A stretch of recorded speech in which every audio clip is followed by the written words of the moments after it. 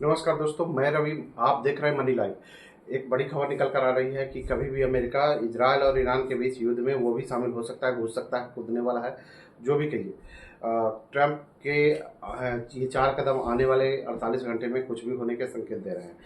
अमेरिकी राष्ट्रपति Donald Trump ने इन लोगों को, ईरान को चेतावनी देते हुए कहा है कि वो अपने देश की राजधानी तेहरान को खाली कर दे और कहीं वो चला जाए।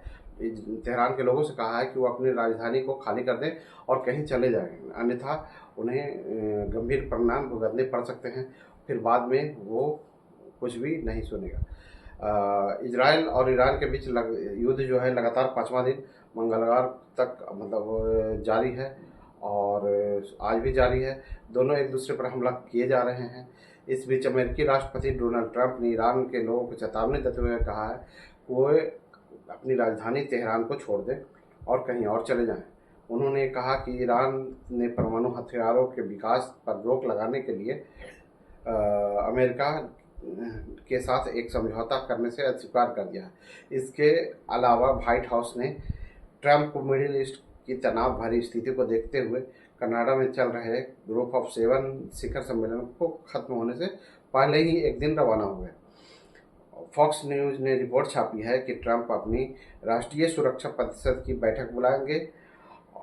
अमेरिका के गृह मंत्रालय हेडक्वार्टर पेंटागन के प्रमुख ने कहा है कि अमेरिका मिडिल ईस्ट में अतिरिक्त क्षमताएं रखता है, तैनात कर रहा है, यानी वहां अतिरिक्त सैनिकों की तैनाती हो रही है। ट्रंप ने अपने ट्रुथ सोशल मीडिया प्लेटफॉर्म पर लिखा है कि ईरान को उस डील पर हस्ताक्षर करना चाहिए था जिस पर मैंने हस्ताक्षर करने के लिए कहा था। यह कितनी शर्म की बात है कि मानव जीवन की सीधी बर्बादी है। सही सीधे शब्दों में कहें तो ईरान के पास परमाणु हथियार हो ही नहीं सकता। मैंने कई बार इस बारे में कहा है, सभी को तुरंत तेहरान खाली कर देना चाहिए। ये किसने कहा? ट्रंप ने कहा। एक सवाल उठा है कि क्या अमेरिका भी इस युद्ध में कूदने वाला है। ट्रंप ने पहले ही एक इंटरव्यू में कहा था कि अमेरिका ने इजरायल को सैन्य हमले में हिस्सा नहीं लिया है। अमेरिका ने इजरायल के सैन्य हमले में हिस्सा नहीं लिया है, लेकिन यह संभव है कि हम इसमें शामिल हो सकते हैं। उन्होंने चेतावनी दी कि ईरान द्वारा अमेरिकी सेना पर किसी भी हमले का गंभीर चेतावनी दिया जाएगा, गंभीर जवाब दिया जाएगा। अब ट्रंप जो है 4 कदम बता रहे हैं कि अगले 48 घंटे ट्रंप के 4 कदम अहम है। ईरान के लोगों को तेहरान क्यों खाली करने के लिए कह रहे हैं? अगर वो युद्ध में नहीं कूदना चाहते तो क्यों तेहरान को खाली करने के लिए कह रहे हैं?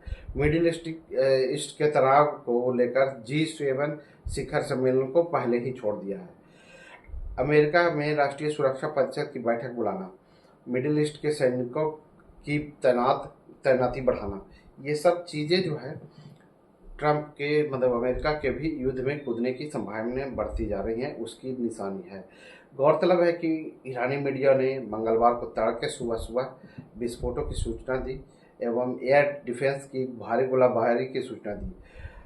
असीर नगर समाचार वेबसाइट के अनुसार तेहरान से लगभग 2000 मील ईरान के प्रमुख प्रतिष्ठानों पर शहर के नटानज में भी हवाई सुरक्षा सक्रिय की गई थी। वहीं इजराइल में आधी रात के बाद तेल अवीव में हवाई हमले के सायरन बजने लगे और एक विस्फोट की आवाज़ सुनाई दी गई। ईरानी मिसाइल ने देश को फिर से निशाना बनाया। ईरानी अधिकारियों ने 5 दिनों में 224 लोगों की मौत की सूचना दी है, जिसमें ज़्यादातर नागरिक हैं, आम नागरिक हैं। जबकि इजराइल ने कहा कि 24 नागरिक हमारे इजराइल के वित्त मंत्री एस्टोनिस ने कहा कि 24 नागरिक मारे गए हैं और ईरान हमलों से हुए नुकसान के कारण लगभग 3000 इजरायलियों को निकाला गया है। दोस्तों, गौरतलब है कि नेतन्याहू ने सोमवार को संवाददाता सम्मेलन में कहा कि ईरान और इजराइल के परमाणु बैलिस्टिक मिसाइल ने कार्यक्रमों से उत्पन्न खतरों को खत्म करने के लिए प्रतिबद्ध है। उन्होंने कहा, अगर इसे दूसरे तरीके से हासिल किया जा सकता है तो ठीक है, लेकिन हमने इसे 60 दिन का मौका दिया था। इजराइल के हमले के पहले दिन शुक्रवार को राइटर्स से बातचीत करते हुए ट्रंप ने कहा कि ईरानियों को यूरेनियम संवर्धन रोकने के लिए एक समझौते पर आने के लिए 60 दिन का समय दिया था, जो यह पूरा हो गया है। अब कोई समझौते का सवाल नहीं है। एक सवाल और लेकिन उठ रहा है कि क्या अमेरिका इस युद्ध में कूदने वाला है। ट्रंप ने पहले ही इंटरव्यू में कहा था कि अमेरिका ने इजराइल को सैन्य समर्थन के साथ साथ हिंसा देने नहीं दिया है, लेकिन इवेंट इजराइल जो है सैन्य हमले में हिस्सा नहीं लिया, लेकिन यह संभव है कि इसमें शामिल हो सकता है। उन्होंने चेतावनी दी कि ईरान द्वारा अमेरिकी सेना पर किसी भी हमले का गंभीर जवाब दिया जाएगा। अब ट्रंप के 4 कदम बता रहे हैं कि अगले 48 घंटे अहम हो सकते हैं।